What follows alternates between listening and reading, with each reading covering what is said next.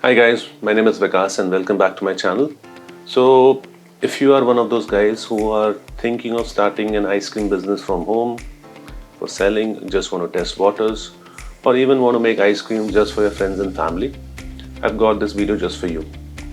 Today we're going to look at some essentials that you need or should have or must have in your house if you want to start an ice cream business or just want to start making ice creams at home.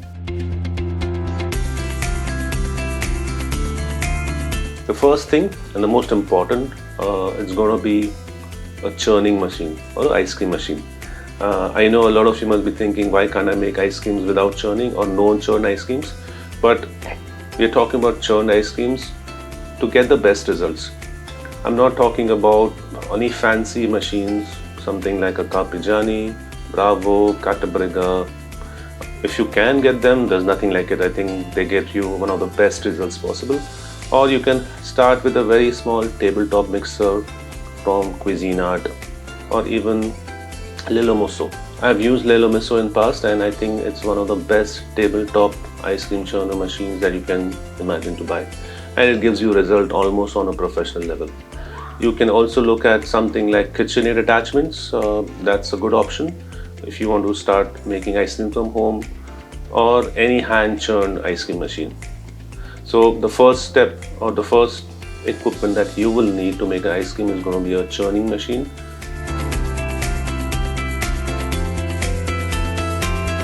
So the next essential that you will need to make a good ice cream at home is going to be the quality of ingredients that you use.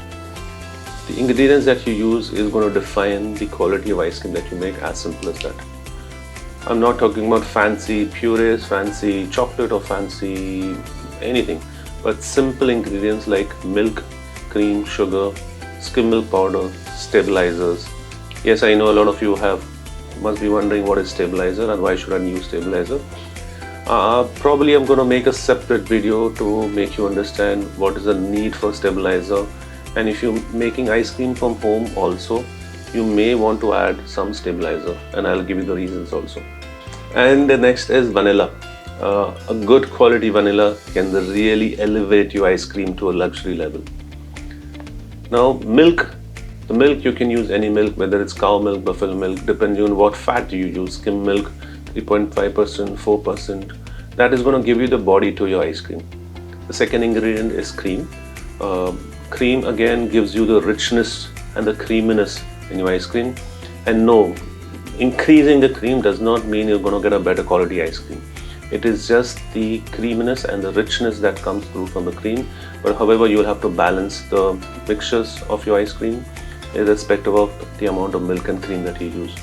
So you can use a 25% fat cream or a 35% fat cream. That is going to result in the change of richness of your ice cream. The next is sugar. Sugar gives you softness and sweetness. So the scoopability of your ice cream completely depends, or more or less largely depends upon the sugar. And the sweetness, of course. We use different types of sugars, but at home you can use simple sugars like a castor sugar. You may use dextrose or liquid glucose corn syrup to change the textures of your ice cream.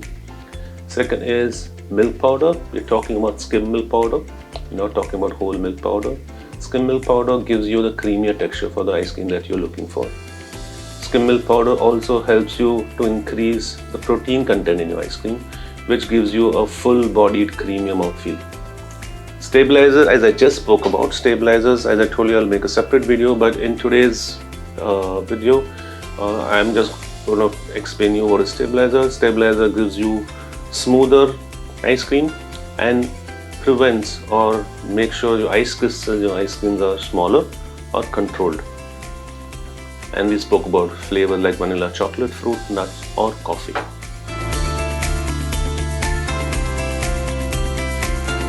The next must-have is a digital weighing scale.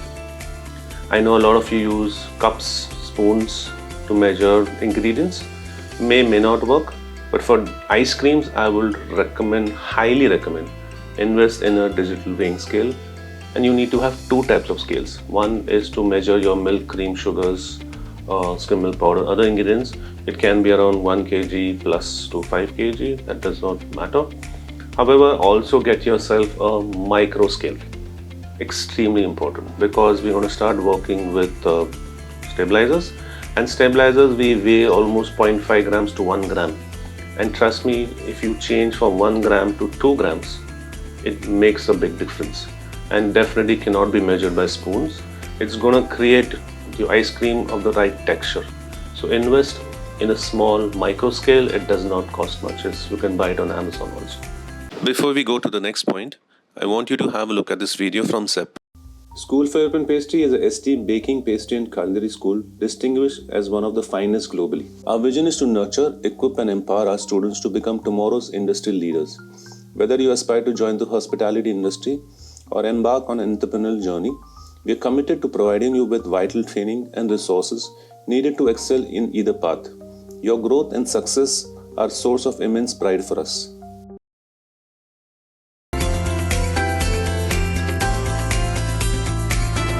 One more piece of equipment I would suggest you should have is an emulsion blender. It gives you better mixing, gives you a smoother texture, and it creates a very good emulsion.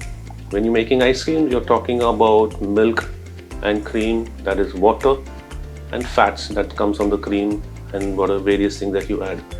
Emulsion is forced by the blender that you use. Obviously, we're going to use emulsifying agents like lecithin or an emulsifier, which is probably present in your stabilizer and emulsifier.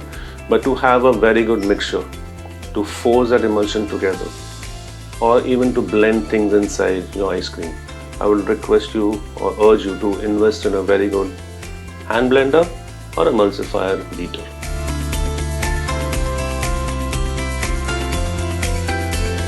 One more piece of equipment would be thermometer, because you have to heat your mixtures to a certain temperature. Yes, you can warm the mixture in terms of milk till you get the steam, or in the olden days the way we made ice creams was when you cook your custards, you cook it till it coats the back of your wooden spoon. Works, but if you want a consistent professional result, you want to make sure your mixtures are cooked to a certain degree temperatures, and it's not just cooking or pasteurizing your milk. You are adding stabilizers, emulsifiers, which needs to be heated to a certain degree of temperature, which can be only checked by a thermometer. Again, I'm not asking you to get fancy thermometers, just get a candy thermometer, probe thermometer, it works, so that you are getting your temperatures right every time.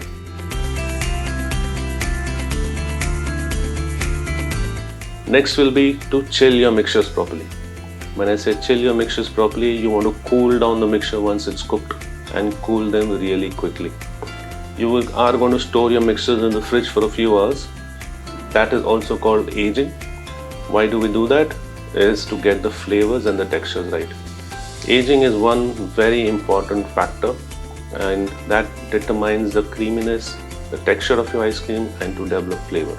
So make sure you understand what is aging, and you age your mixture depending from 4 to 8 hours, or I would go 12 hours or overnight, and you will see how much of a difference it creates in your ice cream at the end when you just age your mixture properly.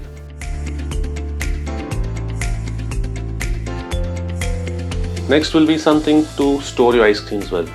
So storage containers, preferably airtight containers. Shallow containers are better for freezing, and they also create less ice crystal formation.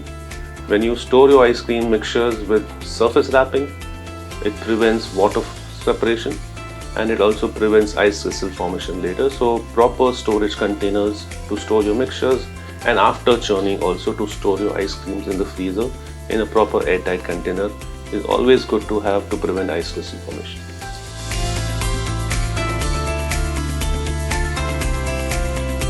Know your home freezers really well. Homemade ice creams, probably you may not invest in a blast freezer right now. As you grow, as you start making ice cream in larger quantities, and as you start going commercial, I would definitely urge you to get a blast freezer. At the moment, you can start with your regular home freezer. I would urge you to have a separate dedicated space for storing your ice creams, because at home the freezer temperature fluctuates. Most of our domestic home freezers come with an inbuilt defrosting mode. So whenever your freezer goes into a defrosting mode, there is a variance in temperature. The temperature may drop up to -5 degrees centigrade. your storage temperature for your ice cream usually is under minus 18 degrees centigrade. And your home freezers get opened and closed several times, so it's very difficult to maintain the storage temperature. If you can dedicate a separate freezer just for storing ice creams, nothing like it, so that you get your ice crystals checked. This will help you to control your ice crystals, and it will allow you to store your ice cream for a very long time.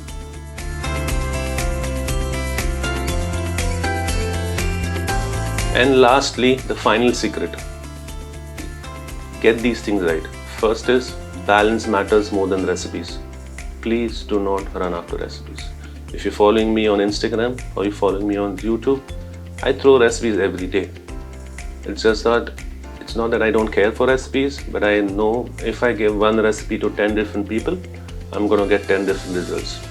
Understand your ingredients, understand the functions, understand why are you putting a certain ingredient and what is the role. Learn everything about ice creams. You will make mistakes, and as you go, as you keep on making, you will understand what ice cream matters and why does it change from one ingredient to the other. If you have too much water in your recipe, your texture of your ice cream is going to be icy and grainy, or going to have large ice crystals. If you have too little solids, it's going to have a very poor body to your ice cream. Your ice cream is going to start melting very fast. You're not going to have a full-bodied, creamy mouthfeel. Techniques matter more than gadgets. Make sure you use right techniques, understand the function of every ingredient and the steps that you're following. The right technique will make you to a longer distance. Do not follow shortcuts. Biggest mistake which everyone makes is copying recipes without understanding why they work. If you follow these techniques, if you follow these points, I'm sure you're going to have a very, very smooth journey to start in making ice creams. So these were some of the essentials I thought I could share with you, which will help you to get your ice cream journey started from home. However, if you want to make your ice cream journey into professional, I would request you to pick up a course, read something more about ice creams, read about the science of the ice creams also, and take it to the next level. If you like this video, please hit the like button, subscribe to my channel, and share with people who would want to know more about ice creams. Put a comment in the comment section if you want to know more about ice creams or a particular ingredient or even the science behind the ice cream. In the coming videos, I'm going to share more insights about the different types of sugars. And as I told you, I'm going to have a dedicated video made on stabilizers, because there's a lot of talks that happens about stabilizers. People think it's chemical, they don't want to use it without understanding what stabilizers and emulsifiers are. So I am going to create a separate video on stabilizers and emulsifiers in the near future. Please keep watching and following and understanding what they are, and see you soon in the next video. Thank you so much.